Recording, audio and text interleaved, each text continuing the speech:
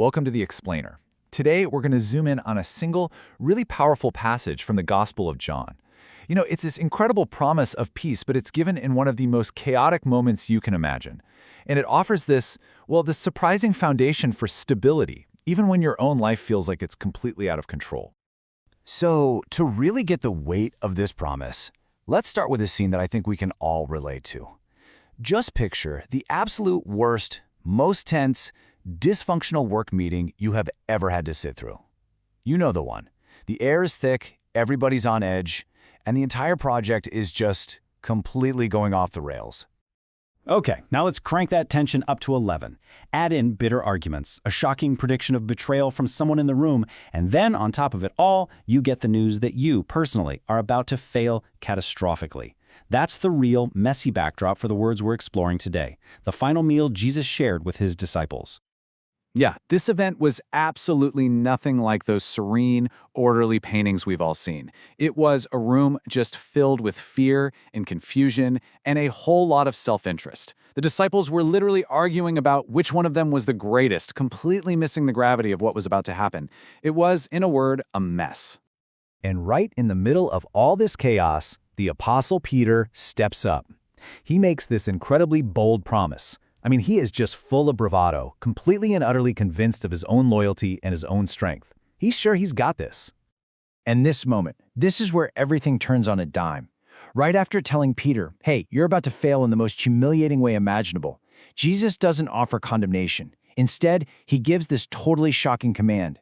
He looks at his confused, ambitious, and soon-to-be scattered followers and says, do not let your heart be troubled. So you gotta ask the obvious question, right?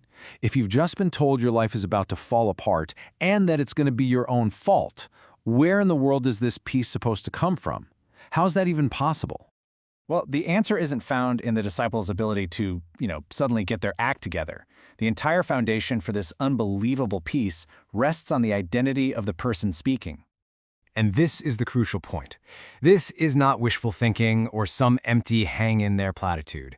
It's a command to trust, and it's based on a radical claim to divinity.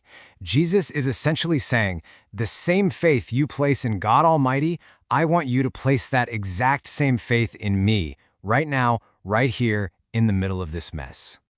There's a really great analogy for this. Imagine a father gives his son a brand new kite. The kid is so excited he runs out to fly it, but a sudden storm just shreds it to pieces. It's ruined, a total disaster. The son brings back the tangled mess in tears, but the father, who has the skill and the power to fix it, just takes those broken pieces and makes the kite whole again. The message is pretty clear. Our failures might seem final to us, but not to the one making the promise. But this promise of peace isn't just a quick fix for the present moment. No, it's immediately grounded in a really tangible, concrete vision of the future. See, Jesus talks about preparing a place in my Father's house. And this isn't about getting your own private piece of real estate in the sky. The image here is of one single vast and secure home, God's own home, with more than enough room for absolutely everyone. And this actually corrects a really common misunderstanding. Some older translations of the Bible use the word mansion, which today makes us think of a private, lavish estate, right? But the original meaning is much closer to a dwelling place, a permanent room within the Father's own house. So the promise is about intimacy and inclusion, not about luxurious isolation. And when you think about it that way, this promise of a prepared, permanent home completely flips the script on the concept of death. From this perspective, dying isn't a departure from life, it's an arrival. It's finally getting to the place that's been made ready just for you. Okay, that's a beautiful idea for sure. But any promise, especially one that big, naturally brings up a question. How can we be sure it's actually going to be kept? What's the guarantee? The guarantee is actually pretty amazing. It lies in understanding that the promise, I will come again, isn't just a single event way off in the future. It's actually fulfilled in three distinct ways. There's a constant spiritual presence with believers right now, there's a personal arrival to escort each believer home at the moment of death, and, yes, there is that final historical return at the very end of time.